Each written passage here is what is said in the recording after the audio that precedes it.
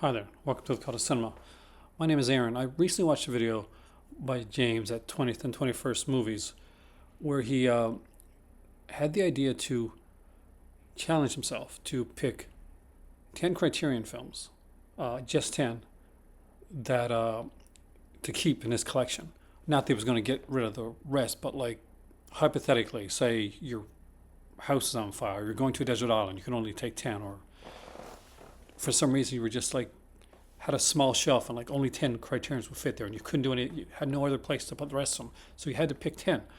9 of those would be regular criterions, like pretty much like wouldn't be a box set, and for the 10th one you could choose one box set to take. And I thought that was a brilliant idea, so I'm in kind of response to that now and doing my own, where I am pretty much limiting myself to 10 with only one box set of various films. And I think you're going to be surprised by my list. One thing that I liked about it is it was a very personal, very introspective video. So it was not, it was too flash, it was a bunch of edits. It was James talking about 10 films that really meant a lot to him and the reason that they were on that list of films that he was going to spend the next 10 years with. So I'm going to take it that way. I'm wearing my cat riding a dinosaur shirt, and what's cooler than that, right? Well, a cat riding a dinosaur with sunglasses and like laser guns. But tonight in the Cult of Cinema, I have chosen from my personal Criterion collection 9 films and one box set. I even made it a little bit harder because some of my criterions, some of my really good criterions, are in the DVD format. But I decided to only choose from my Blu-rays. I make it even harder on myself. So tonight the Criterion in the Cult of Cinema, called Criterion, right? We are going to be talking about my list of 10, and I'm curious about yours.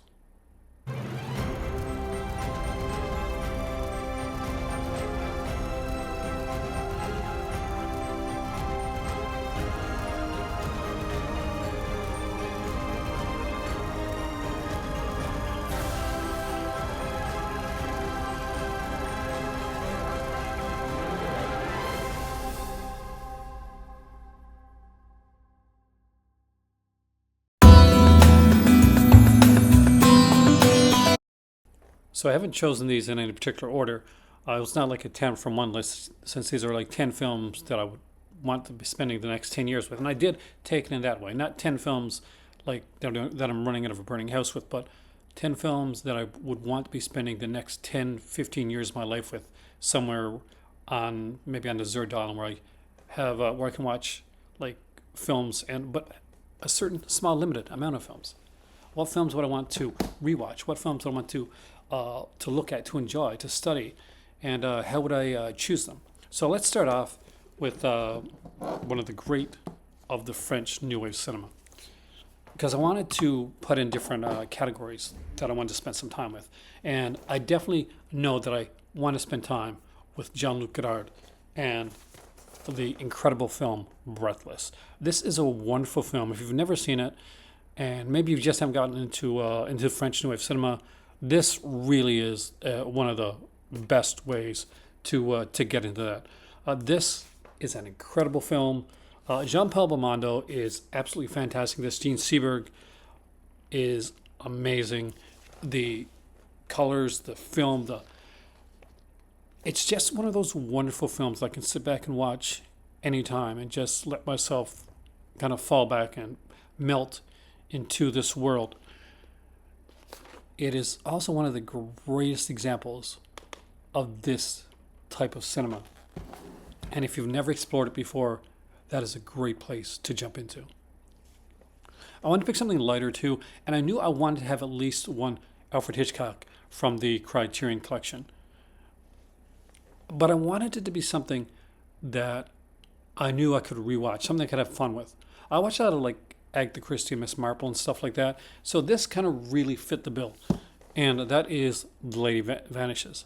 I adore this film. I think it's super fun. In a sneaky way, this film actually has a second film on it about two of the characters, a comedic film called Crook's Tour. So that was also another like factor in grabbing this one here because I knew that I could watch Lady Vanishes, I could look at Crook's Tour, I could go over the different features on here and just really kind of explore and like soak in Hitchcock in the early years. And this is a good one. He's even got some of the Truffaut interview, which is just, necessary when it comes to that. And from there, I went for a much darker film.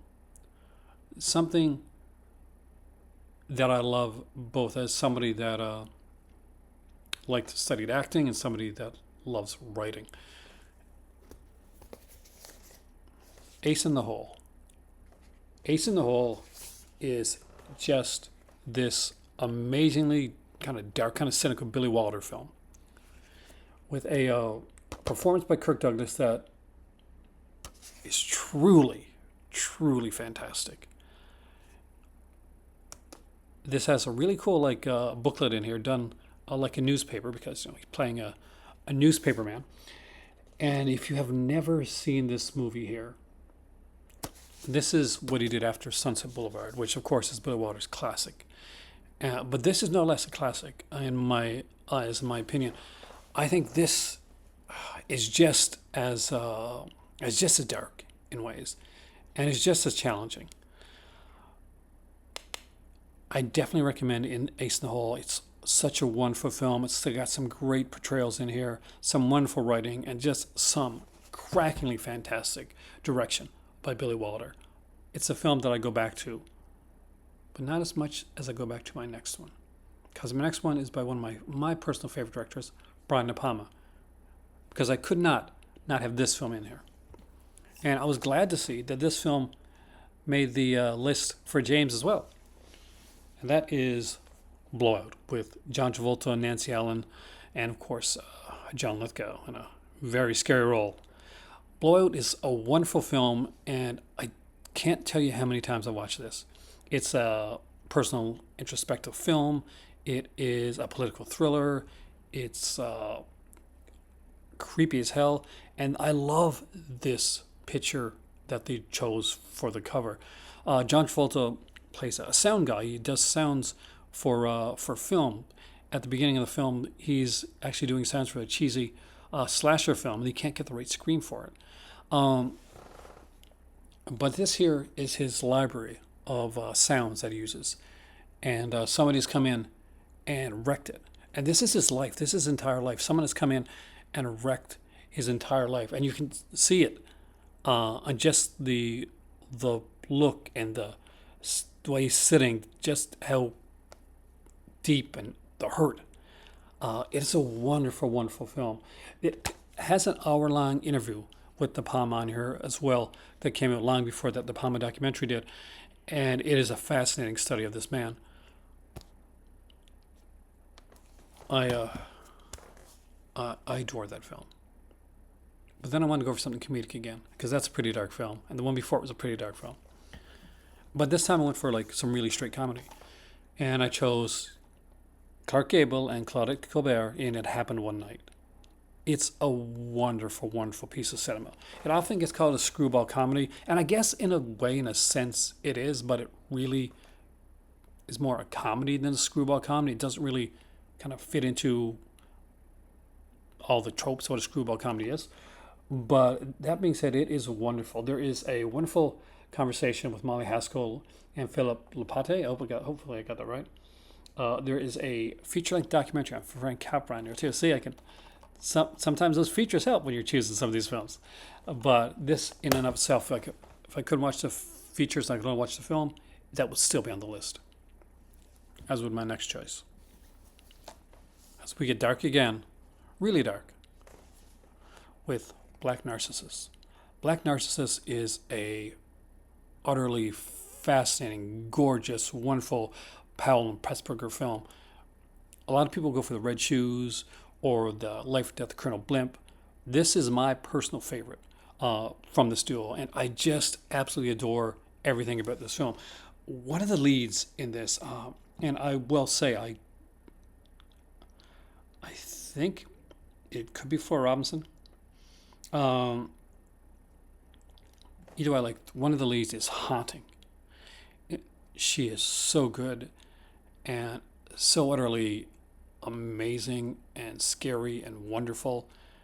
And I can just watch this over and over again. I can watch this film, go get a drink, and come back and rewatch the film right away. There's very few films I can do that with, but I think I can do that with pretty much every film on this list. Almost every film on this list for sure. And I know I can do it with the next one, because the next one is one of the examples of some of the greatest film writing of all time.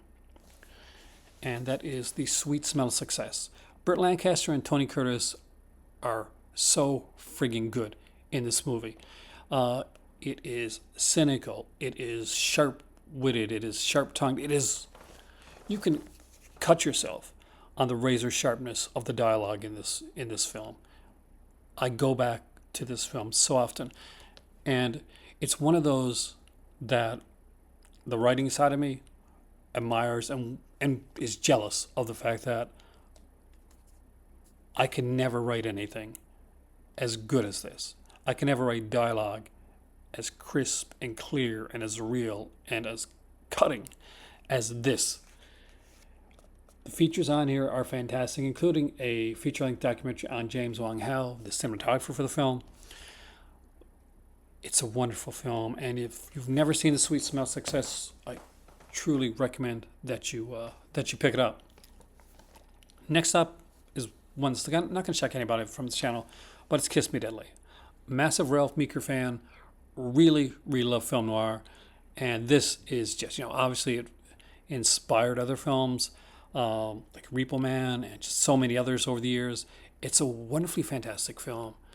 It is a beautiful one. The case is wonderful, isn't it? I can just look at this case for hours. Just to it looks like one of those paperbacks you find like in an airport. Those cheap dollar store or dime store novels. It's got a wonderful featurette on Mickey Spillane here. I think it runs up an hour long as well. That's pretty good. But this film here is just something that I completely fell in love with. And the story behind it, I was having a really bad work day. We had gone to HMV, which we had in Canada at the time. We no longer do. But we'd gone to HMV and we're looking around. And my better half had seen the film there. And she knew I was a massive fan of this movie. So she managed to somehow get the film, buy it without me noticing. I guess when I was looking around the films, and brought it back in her purse and gave it to me when I got to the house. I was just super stressed from work and feeling really out of it. And she said, I got something for you. I was going to give it to you later, but I think you need this now. And she pulled Kiss Me Deadly out of her purse. And how can you not fall in love with somebody that does that? Just saying. And you're fantastic. The last single film here I chose for a couple specific reasons. One, because it's a film that's equally frustrating and fascinating at the same time. And it's Peter Weir's Picnic at a Hanging Rock. This is a gorgeous film. This is a film that leaves a lot to the imagination, a lot to think about, a lot to ponder. It doesn't give you any easy answers or any real kind of true, okay, this is definitively what happened. And the thing is, when I got this, I figured I'd read the book, Picnic at Hanging Rock, because it comes with the book. And maybe that'll give me the definitive answers. Maybe Peter Weir just left it out, but no, he didn't. The book doesn't give you definitive answers either. It is a wonderful book, though, and a fantastic read. And as a guy that loves to read, and I've read this one a couple times, I knew I was going to choose this one, not just for the wonderfully beautiful Peter Weir film, but to have the book as well. Because if I'm going to be watching something, I want some reading material as well. And sometimes a booklet is not going to cut it. But this is a great one. Again, there are some incredible featurettes on here. Wonderful on-set documentary about Picnic at Hanging Rock. But one of the reasons is there's so much left to the imagination. There's so many ways you can interpret this film that if I'm on an island for 10 or 15 years, I think it'd be kind of fun to go back and rewatch it and let it sink in and just find my perfect interpretation for that film. Now, I've got a few Criterion box sets. I have the Bergman box set. I've got the Godzilla set as well. Both of those were really big thoughts when I decided to do this. I even thought about like putting Police Story, which is like two films. I was going to use it as one of my one of these here, but I figured it's a cheat, and I didn't want to use it as the box set. But I wanted to have something that I could watch and go back to, and I could both love as just as a fan of cinema, and two as a cinephile.